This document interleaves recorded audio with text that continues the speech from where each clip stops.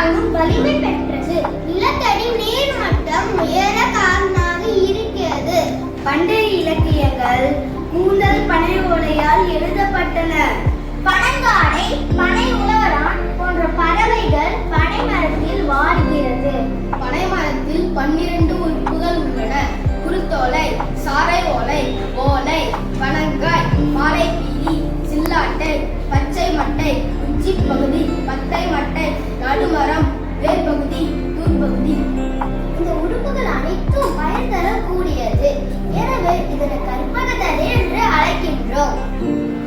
பனை மரத்திலிருந்து கிடைக்கக்கூடிய உணவுப் பொருட்களுள் இதுவும் ஒன்று.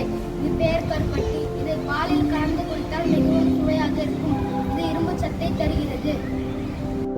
பனை மரத்தில் இருந்து கிடைக்கக்கூடிய உணவுப் பொருட்களில் இது ஒன்று. பனக்கற்கண்டு. பனக்கற்கண்டில் உள்ள கால்சியம் எலும்புகளை பலப்படுத்தி பற்களை உறுதிப்படுத்துகிறது. பனை மரத்திலிருந்து கிடைக்கும் உணவுப் பொருள் பனங்கற்கண்டு. இது பனங்கற்கண்டு. இது இனிப்பாகவும் சுவையாகவும் இருக்கும்.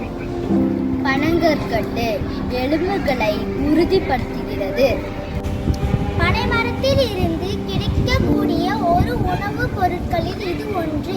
இதன் பெயர் கருப்பட்டி. கருப்பட்டி ரத்தத்தை சுத்திகரிக்கும். உடலிற்கு சுறுசுறுப்பை கொடுக்கும்.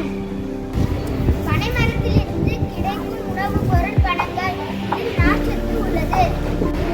பனை மரத்தில் இருந்து கிடைக்கக்கூடிய உணவுப் பொருட்களில் இது ஒன்று. கருப்பட்டி. இதில் கால்சியம் இரும்பு சத்து உள்ளது.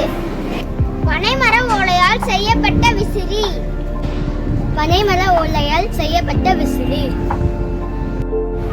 பனை ஓலையால் செய்யப்பட்ட பாய் மற்றும் விசிறி. பனை ஓலை விசிறி. பனை ஓலை பாய். பனை ஓலையால் செய்யப்பட்ட கூடை. பனை ஓலை கூடை. இதில் பொருட்கள் வைத்துக் கொள்ளலாம்.